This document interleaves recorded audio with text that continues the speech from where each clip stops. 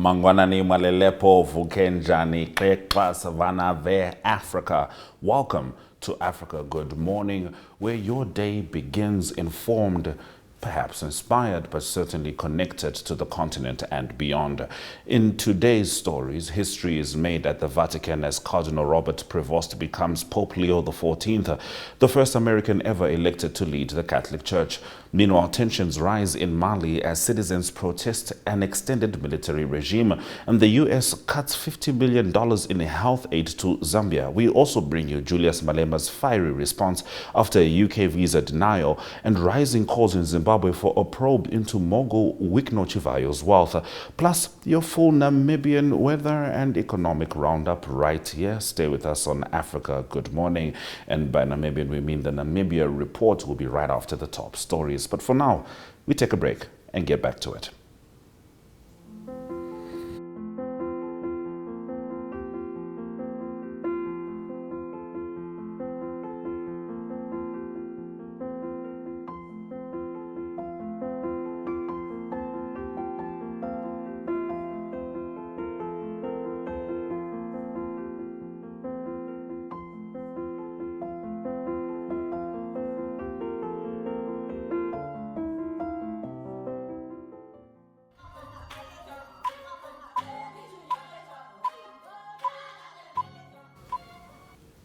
In our top stories, Cardinal Robert Prevost has been elected as the 267th Pope and the first from the United States, taking the papal name Pope Leo XIV.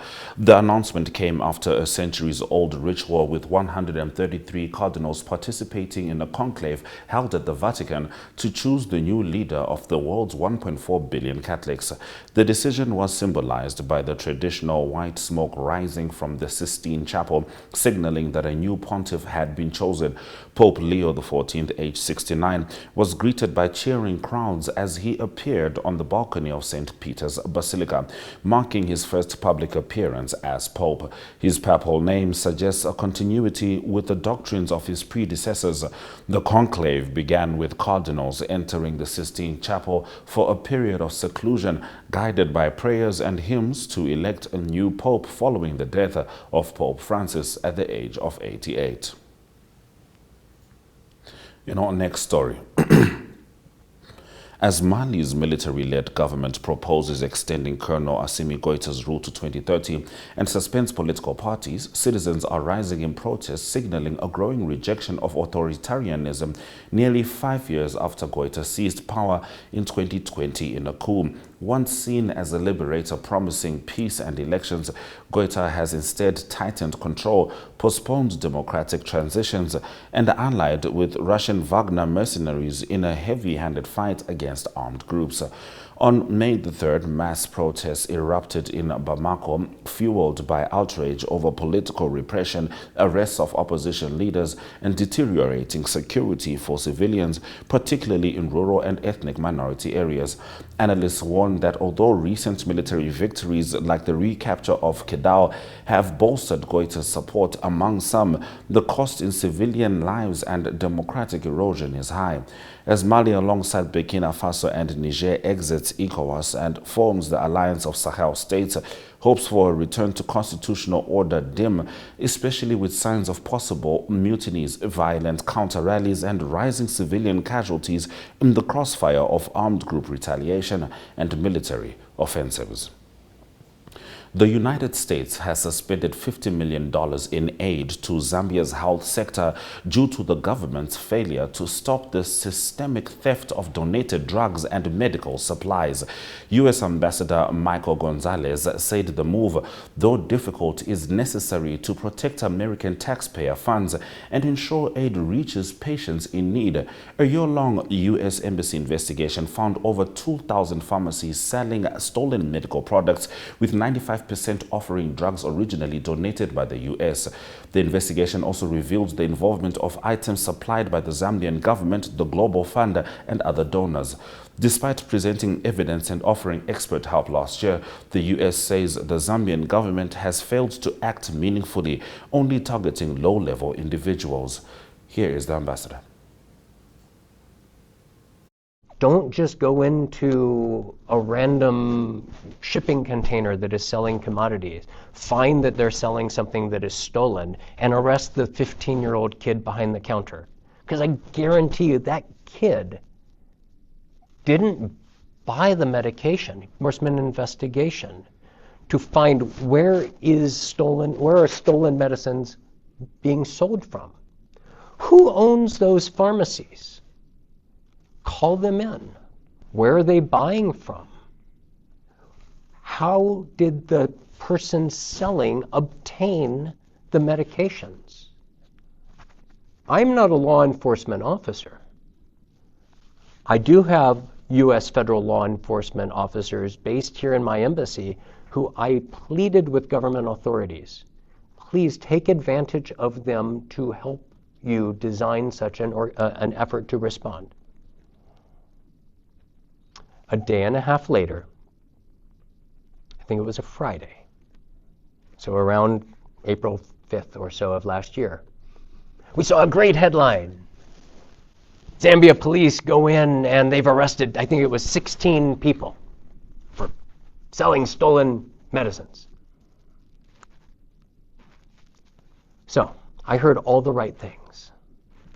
I saw a great headline that suggested action was being taken.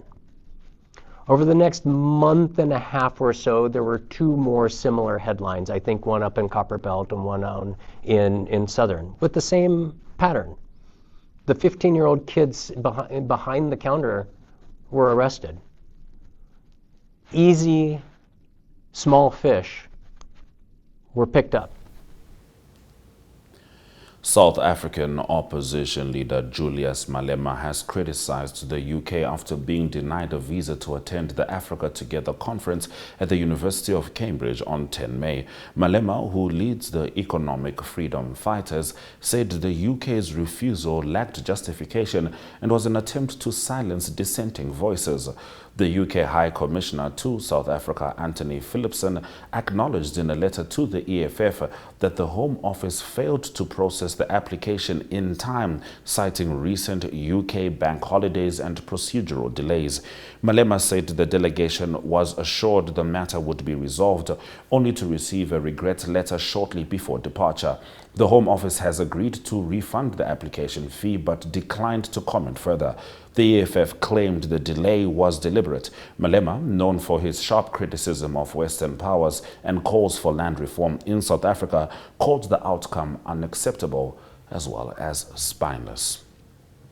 Now in the last of our top stories. In Zimbabwe, former legislator and opposition activist Amos Chibaya has called for an urgent investigation into controversial businessman Wicknell Chivayo's source of wealth amid growing public outrage over his extravagant spending and alleged links to state corruption. Chibaya argues that it is long overdue for authorities to scrutinize how Chivayo, who has no known large-scale business operations, is able to finance a lavish lifestyle that includes gifting luxury vehicles to artists like Jah Prayzah and religious figures such as the widow of Zayoja founder Ezekiel Guti. The businessman, previously acquitted in a high-profile fraud case before the ruling was overturned by the Supreme Court, is also accused of securing questionable multi-million-dollar government tenders. Despite widespread concern, there has been no official inquiry or arrests, prompting critics to accuse Zimbabwe's leadership of protecting elites while the majority of citizens suffer from deepening economic inequality and mismanagement of national resources. Those have been our top stories on Africa Good Morning. We're going to swing into the weather just before we dive into the Namibian stories from the week.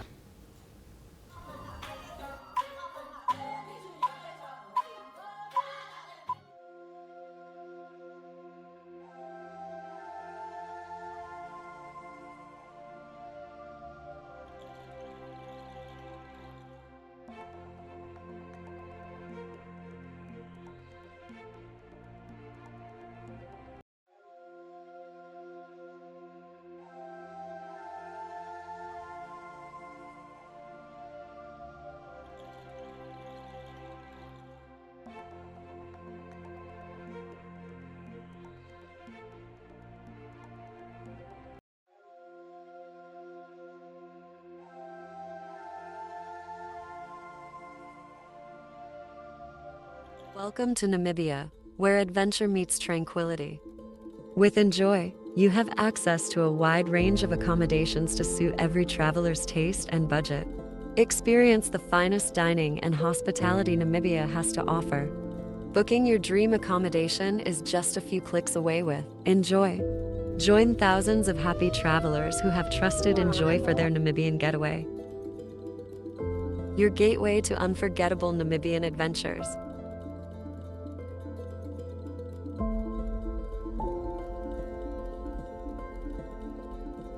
Visit us today at enjoy.my.na.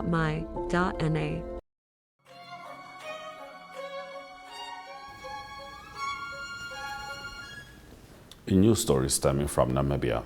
Motor Vehicle Accident Fund CEO Rosalia Martins Hausiku confirmed that the country has seen a 20% hike in pedestrian-related road accidents. She has called on the public to practice extra caution when using the road. I have realized that there's been a surge in the cases of pedestrian-related cases. So since the beginning of the year until yesterday, 6th of May, we have recorded an increase of 22% in pedestrian-related fatalities. So that is 66 people have died since 1st of January until today, compared to 54 last year. That's in terms of fatalities. And then when we look at pedestrian-related crashes, we are standing at 402 crashes. As of yesterday, we can say today, pedestrian-related crashes, 402. Last year, 372. Now, what's worrisome is the behavior of the pedestrians. Most of these cases, it's when the pedestrians are trying to cross the road. They do not take time to look at whether they are oncoming vehicles. They're just crossing the roads, and that's how they are colliding with the vehicles. There are isolated incidences where it's actually the vehicle that goes to the pedestrian, but in the majority of the cases, we want to really get the pedestrians' attention to really look for oncoming vehicles before they cross the roads. Now, the regions that are predominantly affected are Khomas and Ohangwena regions, which recorded the highest with 11 fatalities each, and then followed by Oshikoto, Omsati, Oshana, Zambezi, and Kavango East. It's very interesting because usually the regions with pedestrian problem, it's usually Khomas. As we continue, a total of 2,804 students are graduating from the Namibia University of Science and Technology, NUST, this May, marking the largest graduating class in the institution's history and a growth of over 40% since its first class 10 years ago. During the ceremony, Vice-Chancellor Dr. Errold Naumab dedicated a heartfelt moment to honor the late Clayton Lee Manze, who was posthumously awarded a bachelor's degree in accounting after sadly passing away on 22 March this year. In his address, Dr. Naumab urged students to seek help when needed and not suffer in silence. Towards gender parity in higher education.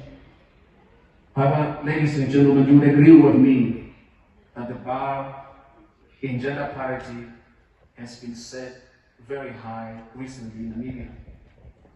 Thanks to Her Excellency, Mkhaneti Bonandi Beitu, President of the Republic of Namibia, taking the reins of leadership of our Republic, but also the leadership of her Vice President, Honorable Bert Boy.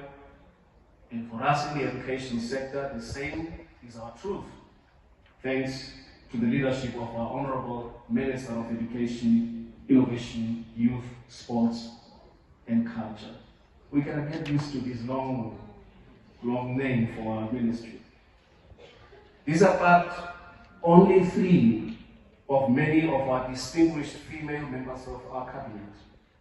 Indeed, this is a historic alignment that underscores the power of inclusive leadership. To our female graduates in this distinguished class of 2025, you stand on the shoulders of trailblazers and you are poised to lead with distinction. Congratulations.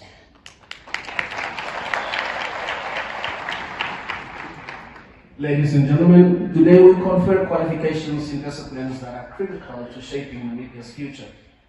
As we reflect on our journey over the past decade, The growth of the institution is evident not only in academic excellence, but also in the increasing number of graduates.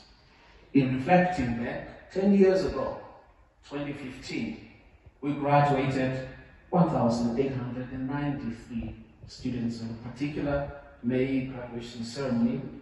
A decade later, this number has grown by 48% to 2,804. Bank of Namibia hosted university students from NUST, UNAM and IUM Economic and Investment Societies insightful presentations on the bank's functions and mandate. Franz Amakali, Senior Officer, Information and Knowledge Management, explains more. At the Bank of Namibia, as part of our public outreach strategy, we reach out to the communities that include our learners at high schools and university students. So today we have an open access day where we are taking through university students from UNAM, IUM and NUST. These are students from the Economic Society, the Investment Society and Accounting Society. They are here today to learn and just to have a practical orientation of what the bank's mandate and operations are. We have technical experts from the bank, trained central bankers, that are taking them through the practical know-how of how central banking is managed and various topics on investments, economic research, financial stability, the role of the central bank, monetary policy, the inflation, how it works, are being presented to learners, and we also have open dialogues where they then ask questions, where they have issues that they need to understand. We also have in the midst lecturers that are their lecturers at school, who are just to observe how they are learning and how they will be asking questions. So this is not a once-off event, it's a practical session that we always have with the university students and also with us. We also have other platforms where we engage university students either through the tertiary institutions learning challenge or debate challenge, where we invite the university students to also just debate about topics around the economy and so on. World Bank country representative for Namibia, Mariana Siresela, has hailed Namibia for adopting the methodology for assessing procurement systems, MAPS, to measure the effectiveness of its public procurement spending. The World Bank and the Ministry of Finance launched the MAPS report, which will provide insight into the effectiveness of Namibia's public procurement expenditure. Effective procurement systems ensure the efficient use of public resources, foster transparency, and promote fair competition. In Namibia, public procurement represents a significant portion of government expenditure, making it a critical area to consider for reform and enhancement. The MAPS report provides a robust framework for evaluating the strengths and weaknesses of procurement systems, identifying areas for improvements and recommending reform measures for an efficient, transparent public procurement system.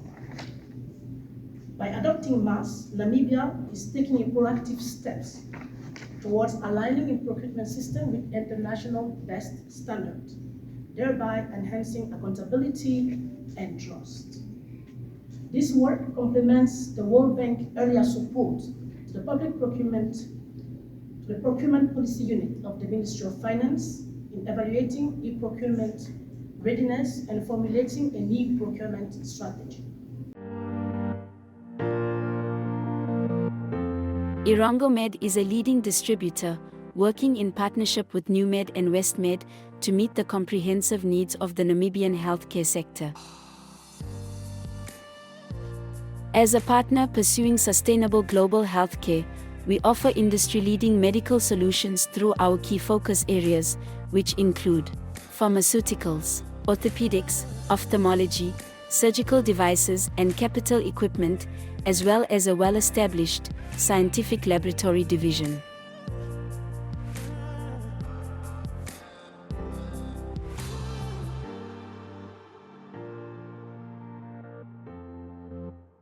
In healthcare, Irango Med is committed to making a difference.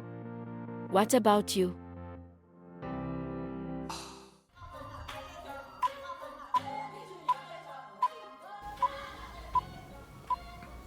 In economic news, Xinfeng Investments Namibia, a subsidiary of China's Tangshan Xinfeng Thermal Group, is advancing rapidly toward completing its lithium processing plant, with investments nearing 800 million Namibian dollars. Since 2022, the company has created 300 jobs, 160 permanent and 140 temporary, at its mines in Omaruru and Ues.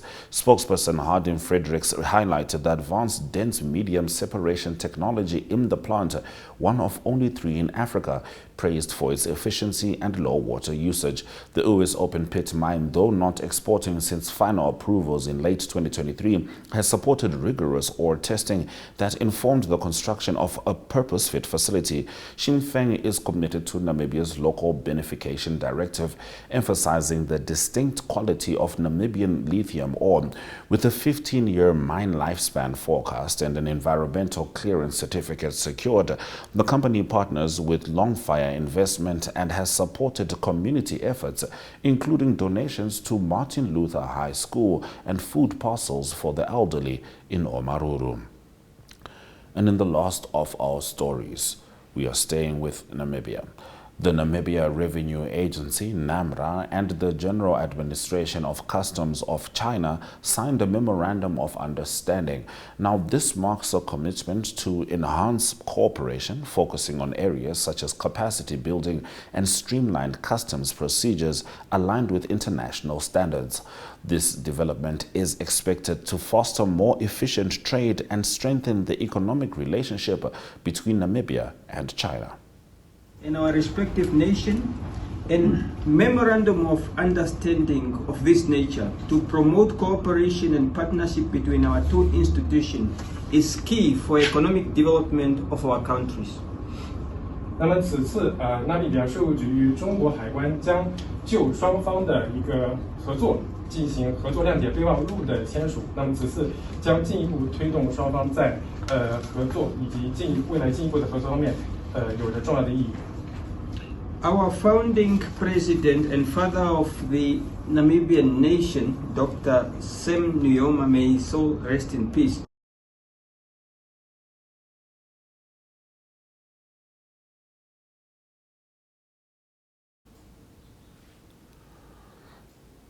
DSTV 285, GoTV 25, OneUp2.com and NTV Africa on YouTube is where you can find Africa Good Morning. It's been a pleasure being with you throughout the week. On Monday, we focused on Zambia with Mike Sichula. Tuesday, it was Zimbabwe with Talent Gore. Wednesday, it was Botswana with Rorisang Mohojwe. Thursday, it was South Africa with Ari Hohad. And Friday, we zoned in on Namibia. From me, Ashwin Berry, and the Africa Good Morning team, see you on Monday. Sirajakanaka.